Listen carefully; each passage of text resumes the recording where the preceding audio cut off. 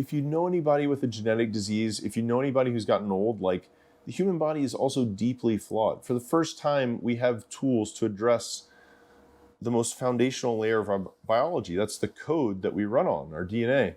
I mean, the potential is limitless. It starts with just taking that leap.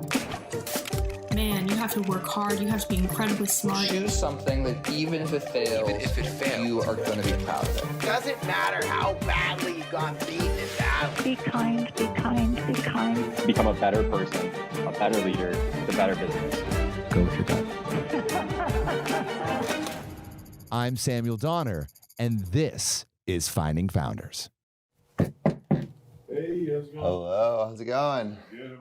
Ryan's home is a space dedicated to unlocking the secrets of longevity. From altitude generators to plunging into ice cold waters to using a Petco heating lamp, every endeavor is a step towards extending human potential. Calculated and precise, Ryan is not afraid to balance risk with reward. With biohacking at the center of his day-to-day, we delve into his routines and his focus on longevity. Okay. My name's Ryan Rossner. I'm a former NFL athlete with a PhD in the molecular biology of aging. Studied drug-induced human hibernation for the Air Force, and now I work for MiniCircle. I help design human longevity gene therapies. Also just do odds and ends. And a lot of those odds and ends are, kind of longevity optimized biohacking that's relevant to our company. So what I think about is longevity optimized biohacking on a budget. So I live in a relatively small apartment. I can't have like a full-size ice bath. So I try to get things that can support my biohacking. So I have a Rogue Echo bike for cardio, squat rack behind you. So I can do like actual, barbell lifts up to 300 pounds. I can do pull-ups. Mat for stretching. Over here, so I'm so curious about this thing. Okay, so this, I'm actually happy you are because I'm in love with this thing. So this is a altitude generator. So the air we breathe is about 20% oxygen. The higher up you go, the lower percent oxygen there is. So basically, in theory, every day, in reality, a lot of days, I sit here, I put this on, turn that on, and it cuts the oxygen almost in half to about 11 or 12%. I wear this pulse oximeter on my finger while I do it, and I usually do like 3 to 5 minutes on, 3 to 5 minutes off. I think longevity science is becoming mainstream, and I would say like caloric fasting and heat fasting, so cold plunges, really have caught on. But oxygen is another fundamental life input that's also a double-edged sword, and oxygen fasting has not caught on. Yeah. A lot of people love doing breath work, which I also love and I think is great. But if you wear this pulse oximeter, it's really hard to get your blood oxygen concentration to change using breath work. And we know from the science that if you go below 89%, you trigger cellular responses that basically make your body more oxygen efficient. So people who live at altitude are protected against major killer diseases. It just supercharges your metabolism. So I put this on, set a timer, start breathing, and I try and get this below 89%. And this thing's filling up with what? I'd say 11 to 12% oxygen air versus 21% in the apartment. It's basically, this is equivalent to about 16,000 feet elevation. So even higher than you would get if you were up in Colorado. Wow.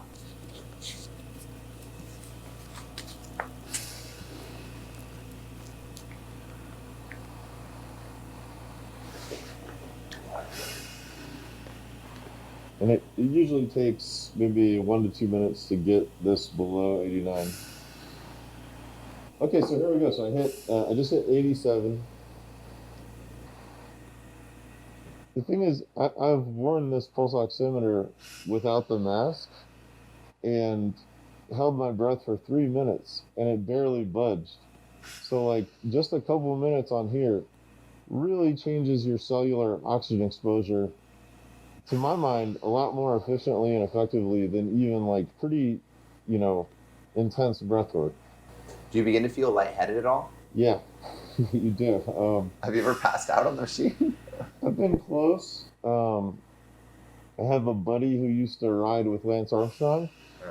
And at the end of the day, he would go do this for an hour, 5 minutes on, 5 minutes off, and he said he would black out.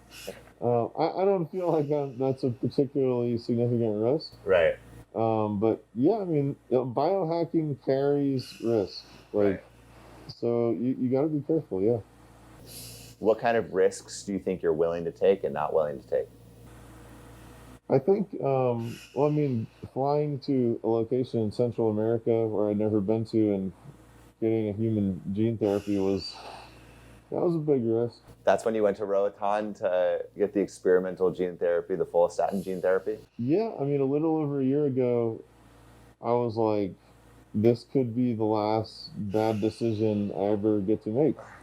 But, you know, Mac and Walter had tested it on themselves. They showed me data. They knew their science. And I went down there and it actually, it exceeded my highest expectations. So that was one big risk. I mean, I go to the desert, like I use holidays to go to the desert and do multi-day fasts by myself. I'm usually doing some metabolic tinkering while I do that. I've gotten in a little trouble doing that, but fortunately I knew how to fix it. But it was really highlighted for me how dangerous this can be. So over the years, I mean, I've tried to temper my excitement and my risk tolerance and really just err like threefold on the side of safety, because I'm always going to be excited. I'm always going to take risks. Even if I play it super safe, I'm still going to be pushing the envelope. So that's kind of where I'm at now.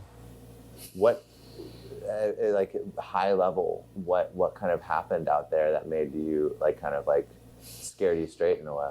Yeah, so I would say broadly, you know, so your mitochondria are super important, and there's two ways you can improve your mitochondria. One would be augmentation, which is where you take something that just directly makes them function better acutely. The second paradigm that's really powerful is mitohormesis. So you stress your mitochondria a little bit, and they have ancient genetically encoded protective responses that they turn on, and then your mitochondria are more powerful long term. I was tinkering with mitohormetic agents, so I was applying a little bit of stress to my mitochondria. Your mitochondria is where you make energy using oxygen, and the powerhouse of the cell. Exactly, as we all know, shaped just like a bean, powerhouse of the cell. So if you've applied a mitohormetic agent and your mitochondria are impaired, the only way you can make ATP energy is anaerobic using sugar. Well, I had been fasting for days. I had no sugar left in my body. And I applied this mitohormetic, and my mitochondrial, aerobic energy production was impaired. Well, I didn't have my backup system of sugar. So my body was not... It was shutting down. Yeah, and that's how death works. It's an understatement. I started to feel really bad. I mean, I'm in the desert, like on some highway. It's after sunset, and I'm having shooting pains. I'm puking. I'm disoriented, and I kind of was able to process what was happening, and I chugged a bunch of honey I broke my fast, put sugar back in my body, and that seemed to help. You could have possibly died right there. 100%. Yeah. It was way over my threshold for risk tolerance. Like, it was a real wake-up call for me. Like, I know a lot, but if I'm overly enthusiastic or excited, it's too easy to make one miscalculation. Like, too much of that mitohormetic agent, and now I'm in a serious danger zone. Why do you do it? Yeah, I do it because I think our body, it's a miracle that our bodies work as well as they do. But I also think it's also true that our bodies are deeply flawed. And I would say that we're forced to accommodate a lifespan in America of about 80 years on average, 120 years hard maximum. And I would say that that's a pretty arbitrary limit that's not aligned with where the human spirit is. It's incommensurate with our goals. And the way life works is nature really takes care of you to age 25, and then you start declining. And then in later life, there's often a lot of serious illness, loss of dignity, like loss of function. You have maybe a few good decades there in the middle. And you have good decades all over, but like, to me, that's really tragic. Probably the earliest life experience that just set me on this path was when I was 4. I was very close to my mom, watched her go through cancer, and she survived, but it was brutal. And it made me ask, why do things like that happen? And can we change that? So I studied philosophy to try and answer those questions, and then eventually became aware that science could not only answer those questions more deeply, but also just redesign the human experience. So that's what I'm trying to do, is just help, make our bodies more aligned with our highest goals. After getting into why Ryan got into biohacking, I wanted to see more of what he does day to day. So I haven't peeked around the corner, but I see many different vials and powders and pills. Can you walk me through some of them? Yeah. Vials, powders, and pills are my life. So my day, I usually wake up. First thing I do is, this is a chest freezer that I fill with water and ice. And I stick my head in there first thing every morning. The brain you don't really get new brain cells. You want to take care of them. And temperature modulation is a powerful way to preserve biological systems. So I like to get my brain in there. Your brain also controls your body to a large extent. So if you tell your brain, hey, you're really cold, I think it can turn things on in the body. I start every day by sticking my head in a chest freezer full of ice water. I'm lucky to have a thing to this. Oh, nice. Yeah. Easy. Yeah, it's super easy. I change the water once a week, stays pretty clean. And it's probably like mid-30s, I would guess. It's cold. How long are you dunking for? Realistically, anywhere from 10 seconds to 2 minutes. But I think so you're breath holding for those 2 minutes. If I do 2 minutes, I'll do like maybe 30 head, 30 hands, 30 head, 30 hands.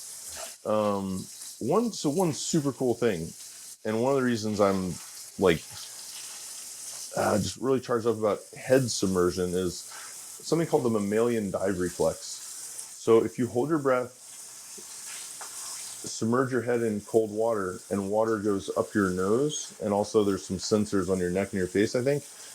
This ancient thing called the mammalian dive reflex kicks in, and your blood pressure and heart rate can cut in half instantly. So could we put the heart rate monitor on? We can try it, yeah. I would love to try that. This is probably pretty good. This is I love this. Just it's ice water. All right, so are you gonna do a 30-second dunk? Yeah, I'd love to, yeah. Okay. What's your usual heart rate? Like, I ingest a lot of caffeine. So I think during the day, I'm probably usually maybe even like 80 or something. I think my resting heart rate, when I wake up, if I'm fit, it's probably maybe like 55. Okay.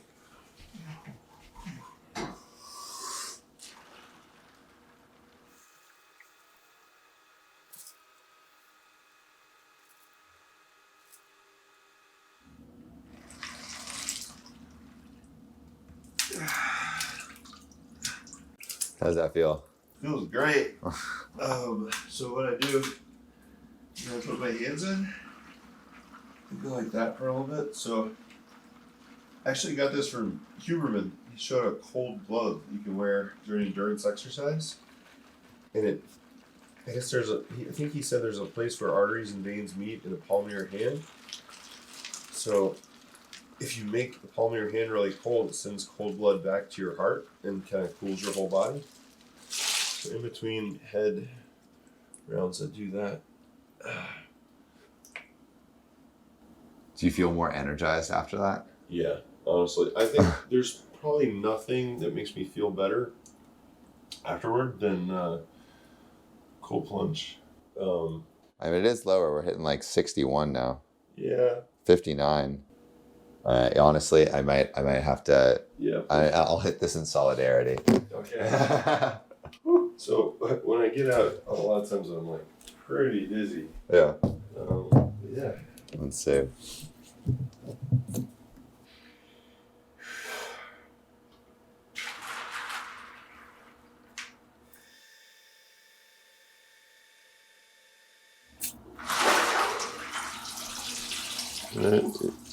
If you want, you can stick your hands in there.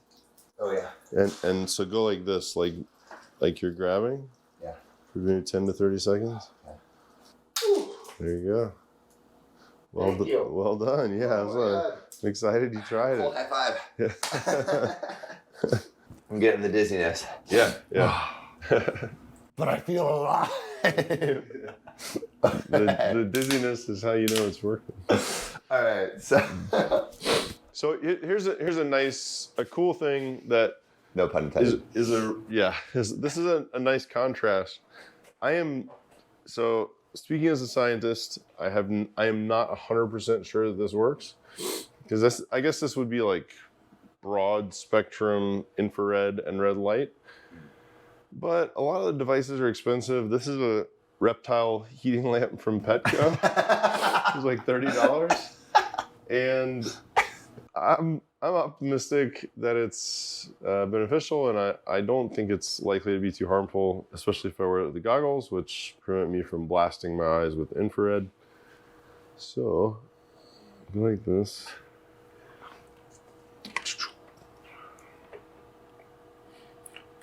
And I started doing this, I was working for the Air Force in San Antonio. I had an apartment actually pretty similar to this one, and I didn't know anybody there, so I just really sunk into biohacking. I actually set up this red light in my patio closet with a little chair, and I would go in there at night and close the door and sit in there. And so if any of my neighbors ever saw me disappearing into this glowing red closet, I'm sure they're a reptile man. Yeah, exactly, yeah. Mark, is that you? But I actually I would do this on my face for 5 minutes a night, and I think it significantly improved my facial appearance. Really? Yeah, it was, for me, it was really striking. And then I try to angle it up my nose, because they have facial appearance in terms of wrinkles and such. Yeah, I would just say, so disclaimer, my face is not my face is the result of 20 years of just being a dude who does not practice any kind of skincare. Yeah. But yeah, no, I felt like wrinkles and just the quality of my skin improved visibly. I try shining up my nose because there is published data that with specific wavelengths you can shine it up your nose, and it penetrates the bone in the front of your skull and hits the front of your brain where you do your thinking, and it can enhance the mitochondria there. So it's kind of a nice little contrast. Again, this is something that I don't do it for a full 5 minutes every morning. So try that. Yeah, definitely. Yeah. Kind of looks like I'm closing my eyes. It kind of feels mildly psychedelic. Yeah. So I can show you something in a second. I do a lot of augmented meditation, and one of the things I use is so I'll pair this infrared with binaural audio. There have been some times when I set that binaural audio to a really low frequency, and combined with the red light, it did feel immersive and weird. I felt like it was cool. Can we see the meditation practice? Yeah, definitely. How do you have enough time in the day to what is the? Because also we need to go back to the the suppies. We got distracted. Yeah. So you can see over there. There's 6 to 8 color coded bags. Okay. So a couple of these I don't take every day, but most of these I take the entire contents of the bag at a certain point in the day. So. And what do you mean the entire contents? So this one is my heart health bag that I take with dinner. So I take like one capsule from each of these with dinner. What's in there? What is that? This one, so there's niacin, which I took for quite a while, but I'm actually discontinuing now based on some this guy Michael Lustgarten. It's really great. He's showed that this might have been increasing his epigenetic age. Which is a very hot keyword these days. Epigenetic age. Very hot topic. Hibiscus lowers blood pressure. B12. Spermidine, I actually take this usually on the weekends.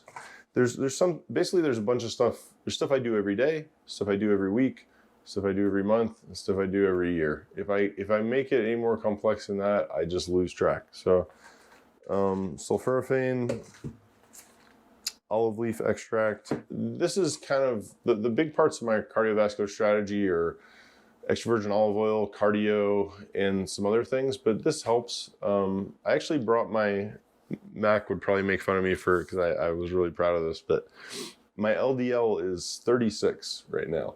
So they say, yeah, so LDL is the bad cholesterol. I think the recommended level is 70. If you get it to 50, some people think that you basically can't get heart disease if your LDL is 50. And there was actually some research a couple years ago to make sure that 50 was safe because it was so insanely low.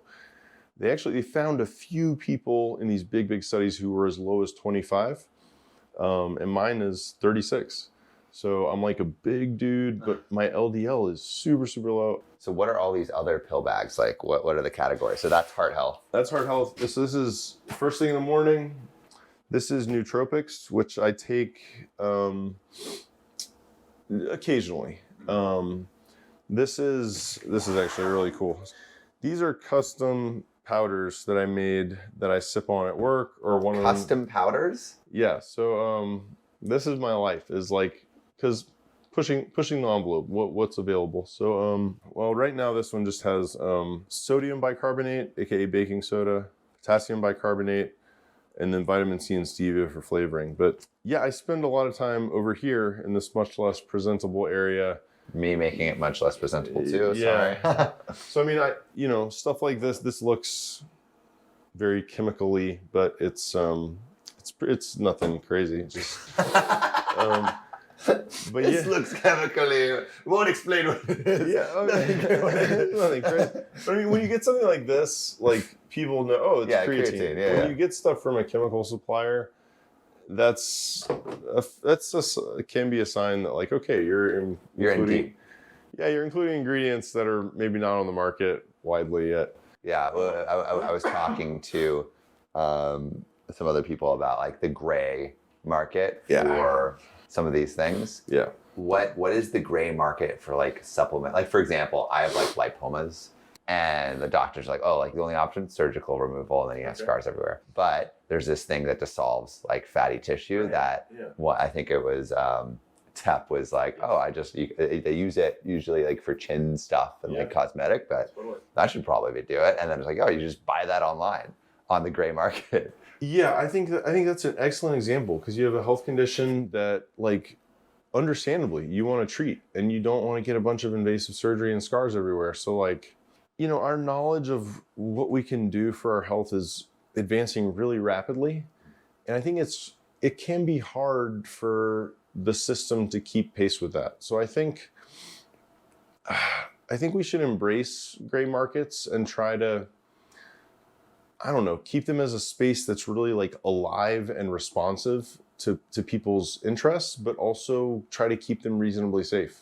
Yeah. Cool, I'm just gonna do it all. Cool. You were gonna show me the binaural beats? Yeah, so this is a whole thing. It's not just binaural beats. So this is a grounding mat. I love hippie culture, but this idea of earthing, so like walking barefoot, is not just a hippie idea. it's pretty backed by science. Like there's evidence that it can improve blood flow. I prefer. I think walking outside on the trail barefoot is better. But I have a grounding mat here. It plugs into the grounding part of the outlet.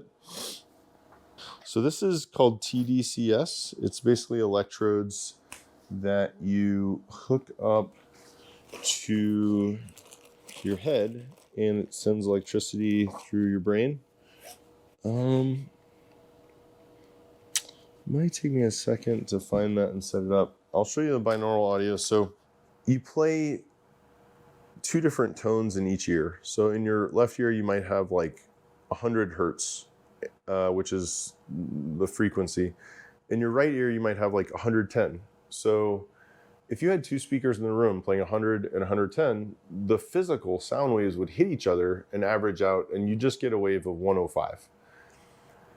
If you play them in each ear with headphones, they can't hit each other. So your brain gets 2 different inputs. And your brain doesn't average them, it invents the difference. So in this case, 10 hertz, and your brain invents a sound wave of 10 hertz. The thing is, human hearing starts, I've read maybe 20 hertz, maybe a little bit lower, but like, so one, it's cool that your brain can invent a sound that you wouldn't be able to hear normally. The really cool thing is your brain waves start to follow the sound that your brain invents. So what this gives you is the ability to theoretically dial in precision desired brainwaves. So human brainwaves exist, I think, typically from about 0 to 30 hertz. 0 to 4 is delta, which is like deep sleep, deep rest. 4 to 8 is theta, which is meditative. 8 to 12 is alpha, which is like awake, alert. 13 to 30 is beta, which is like focused, maybe even agitated. So the thing that got me started on this is Earth has an intrinsic frequency called the Schumann resonance. It's created by lightning striking the Earth all over, and it's pretty precisely measured, and it's about 7.83 hertz.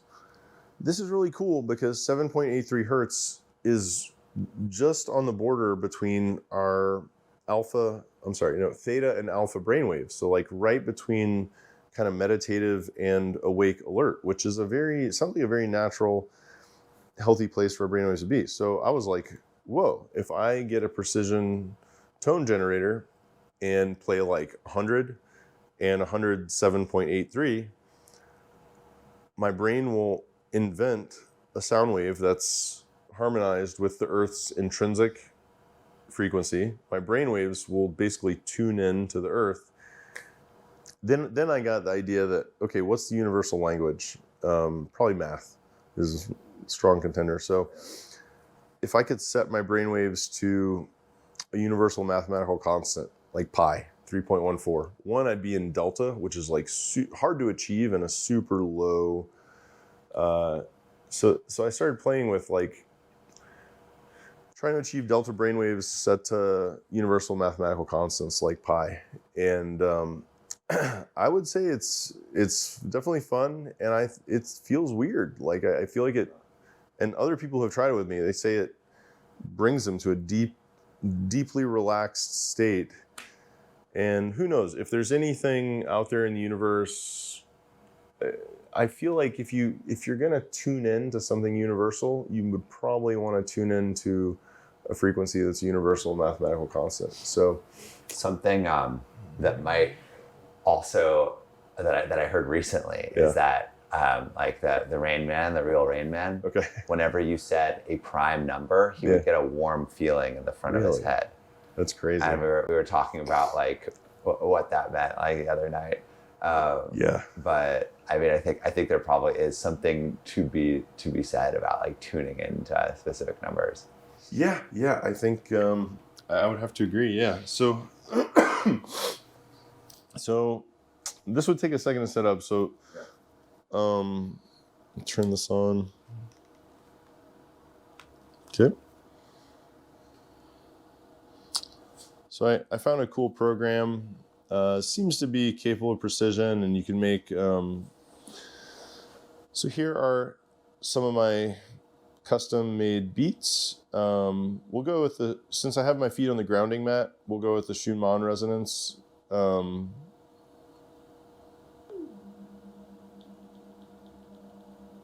think it might be on the phone. It is, yeah, thank you. Sounded quiet. That is cool because now I can hear it on the camera a little bit.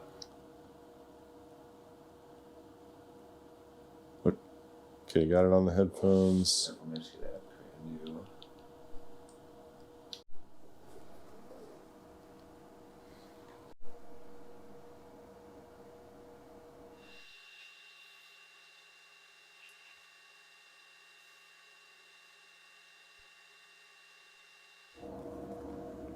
So yeah, let's Feel relaxed. Yeah, I feel relaxed, and I really dove into this hard for a while. Meditation is kind of it's a relative weakness of mine. Like, I'm not a great meditator. So yeah, there were a few weekends where I did this with the electricity and There's electricity, like. Yeah, I should probably show this to you because it definitely adds it definitely adds something to the what's going on here. This is the cooler looking rig that I have. I have another one that involves me wearing like a huge like net with a grid on it. It makes me look like a crazy person. So this is the real nature of biohacking is the nitty gritty details. So like this comes with a little bottle that you mix salt and water and squirt on there. I realized I needed a gel, so I found an electrode gel, which I love. So yeah, I got a custom gel for a pre-made rig. And yeah, to tell you the truth, what I did, speaking of gray markets, like I combined this with psilocybin microdoses. So I think that's mainstream enough at this point. Like, nobody's really getting their feathers ruffled over that. And yeah, I mean, sitting here on a microdose of psilocybin I have electricity running through my head. I have infrared light going up my nose. I have. Can we do the whole setup? Yeah, absolutely. Yeah. Do it? Yeah. Let me get this. Let me get the infrared nose light, because when you have all of it together, it's exciting because very little of this stuff is like mainstream or even really known about, and like our brain function is at such a premium,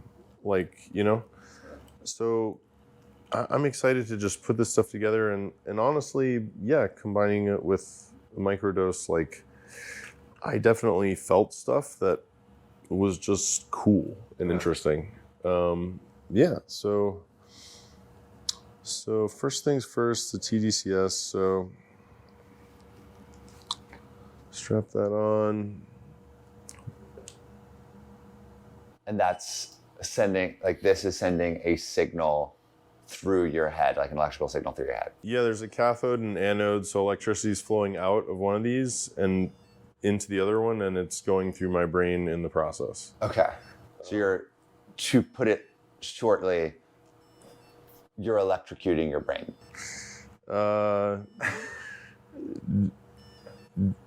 Yeah, at a low enough dose to make it good for me. What's this? So this is a great company called V-Light. So they have peer-reviewed research published. This is 810 nanometer infrared light. Not nearly as powerful as that in terms of heat. Like, you can't feel this or anything, but it is a specific wavelength, and it clips on to your nostrils. And so I bought, again, this is a case where I customized it. I bought like a splitter and bought two things, because why would I only want to hit one hemisphere? Yeah. So press start on that. And then I take the... And is it like shooting like infrared? Like, can I see what does it look like out of it? Yeah, it's very dim, but there's a little infrared bulb there, and I mean, it's a cutting edge device, and I read the paper and it seemed legit. So Have you ever used that red light at the same time too? no, I always keep them separate. I don't think I've done that red light like in place of this with this setup. Yeah. But I could, yeah. Could we try it? Yeah, we totally can. Absolutely, yeah. So yeah, Sundays are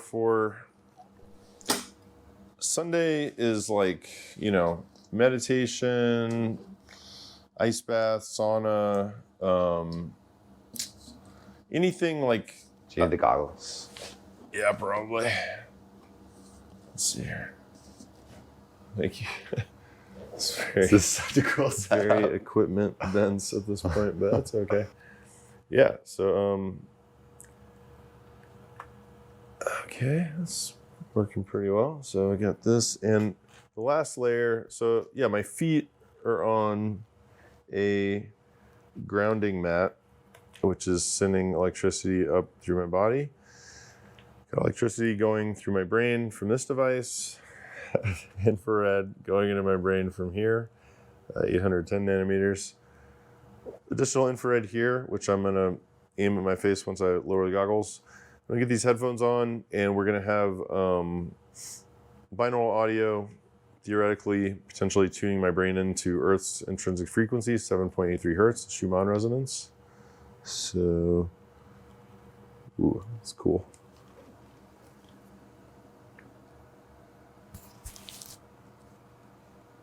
So this is the whole setup. How long usually will stay like this? Just like with swimming or running, I made it my goal to be able to do 2 hours of those. I think my PR for continuous meditation is still pretty low, like 40 minutes, but I'll usually do like maybe 6 minutes on, short rest for maybe 1 to 2 hours. So yeah, on a Sunday, I'll often spend like a couple hours total doing this. So, I mean, this is all like the stuff that you put on, and like it's kind of like the skin contact stuff, and like engaging the senses. But I'm also curious, like we've kind of gone through your whole regimen at this point, or at least part of it.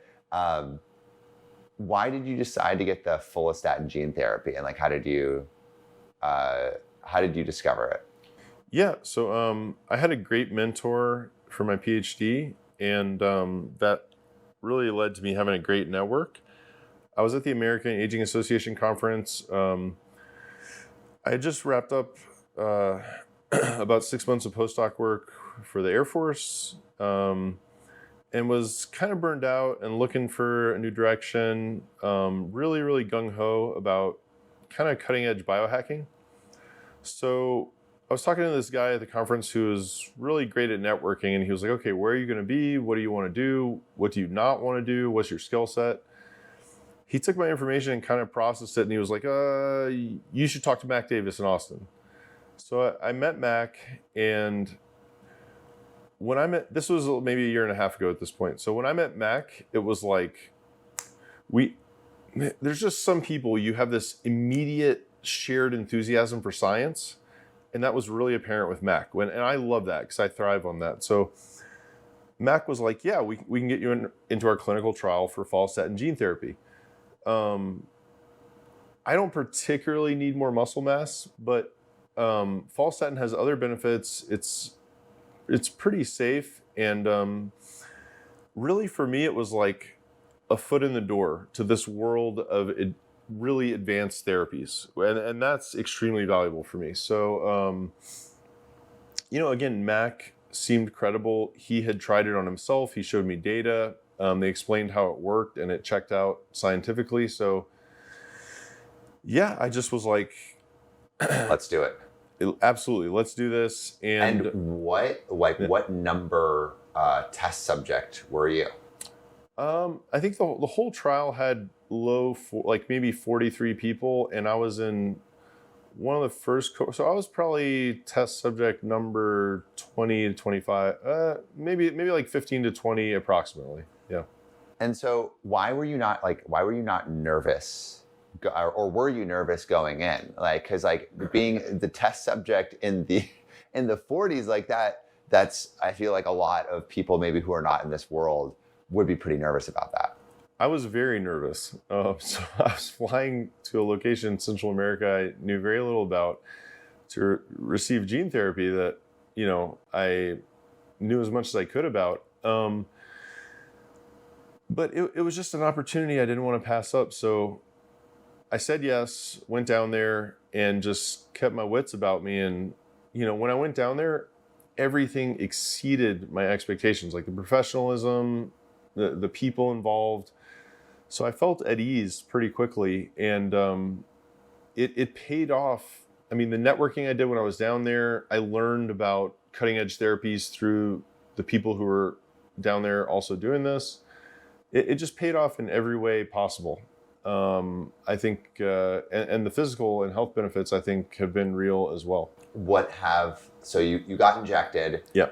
Pretty nerve-wracking, but the nerve-wracking thing is seeing what happens. Post getting injected, what happened? First of all, regarding the nerve-wracking nature, I mean, so our therapy is fairly unique in that it's reversible. So if something bad started happening, I was confident that we could shut it down and or just excise the transfected cells from my belly fat. But when I got the therapy, I was probably 40 years old, and I was fasting a lot, doing a ton of cardio. I got the therapy and I was like, okay, I'm on this therapy that can help you build muscle. Let me start working out again. So I started hitting the gym, and I think at age 40, with 3 months of working out, I put on about 15 pounds of lean mass. 15 pounds? Yeah, and I'm already like pretty big, Yeah. So Yeah. I and like, I would hit like, I would do like one working set of 5 on squats a week. And my working set weight kept going up every week. Like I was just kind of hyper responding to weight training at age 40. And you were in the NFL, right? Yeah, no, there's a couple asterisks. I was a place kicker, but I was a very jacked place kicker. So like I asked that because I'm like, you kind of know your PRs and stuff when you were like prime. Yeah, right? I threw shot put and discus in college, and got signed to NFL contracts. So yeah, I was a high level, like quantified, highly trained athlete in my early 20s for sure.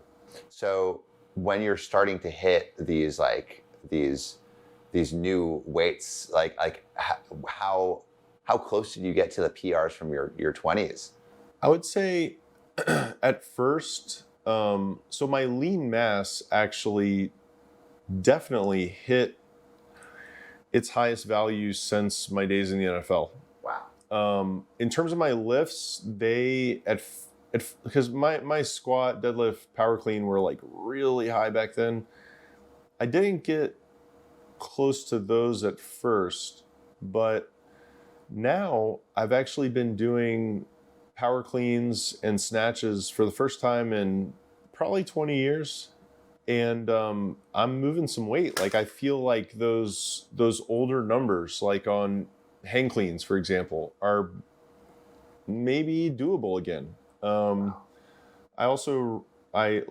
I ran 12 miles yesterday, so I feel fine. I feel great, So would you say like so far the experience has been somewhat like life-changing, and you've tried a lot of stuff, so like would you say like, okay, I can actually attribute some of these effects to the gene therapy? Yeah, I think with reasonable confidence. So I think I hyper respond to weight training, especially for somebody my age. Yeah, I feel stronger, more muscular, leaner, less inflamed overall. This has been one of the best decisions I've ever made in my life, easily. Both in terms of the benefits from this specific therapy and the benefits of getting my foot in the door and networking with people who exist on this cutting edge. Quite the endorsement. I've been thinking about it. Oh yeah. So, I cannot, honestly, can't recommend it highly enough. I mean, you should do your own research and, assess your risk tolerance in regard to this. But like, I've actually been handling the patient data, and I get the PDF straight from the doctor's office. I hear patient testimonials, and I've handled a lot of data over the years. And as a scientist, you're often like making the best out of really messy, really inconsistent data. Here, that is not the case. Like, we almost handicapped ourselves in terms of our, patient population. We have people aged 23 through 88, and we're looking to improve lean mass. People in their 70s and 80s have a hard time putting on lean mass, but we still see an increase, in the whole patient set, and then in the young, in the middle-aged, in the older, they all also, put on lean mass. The data are really strong. We saw unexpected benefits to, these epigenetic estimates of aging that's been really cool to see. And there's been no reported adverse effects. I mean, in a diverse, adult human patient set, to have like robust benefits without adverse effects for something as cutting edge as gene therapy, and in the case of any adverse effects, it's reversible. To me, that's like a really, really good deal. Like that's really good. Again, the human body is a miracle, but like, if you know anybody with a genetic disease, if you know anybody who's gotten old, like, the human body is also deeply flawed. For the first time, we have tools to address the most foundational layer of our biology. That's the code that we run on, our DNA. We chose a target gene that's safe, and we developed a delivery method has like 3 levels of safety additionally built in. Because we're not masters as humans, we're not masters of genetically engineering ourselves yet. So we're just dipping our toes in the water. We're starting very safe, but yeah, it's super, super exciting. I mean, the potential is limitless. Wow.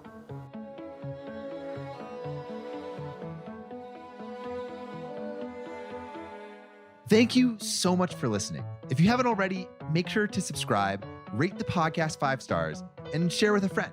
If you have any questions or comments, DM us at Finding Founders Podcast on Instagram, LinkedIn, or Facebook. Finding Founders is produced and hosted by me, Samuel Donner. Our audio editing team lead is Ashley Jimenez, with support from Jessica Morales, Miley Lipton, Siyu Pan, Kenny Ray, Josie Yo, Matt Fernandez, and Merritt Hill. Our outreach and research team lead is Desiree Nunez, with support from Marissa Granados, Monica Lee, Sarah Tiersma, and Yao Will. To see more of what we're up to, subscribe to our newsletter at findingfounders.co. Thanks again for listening, and see you next week.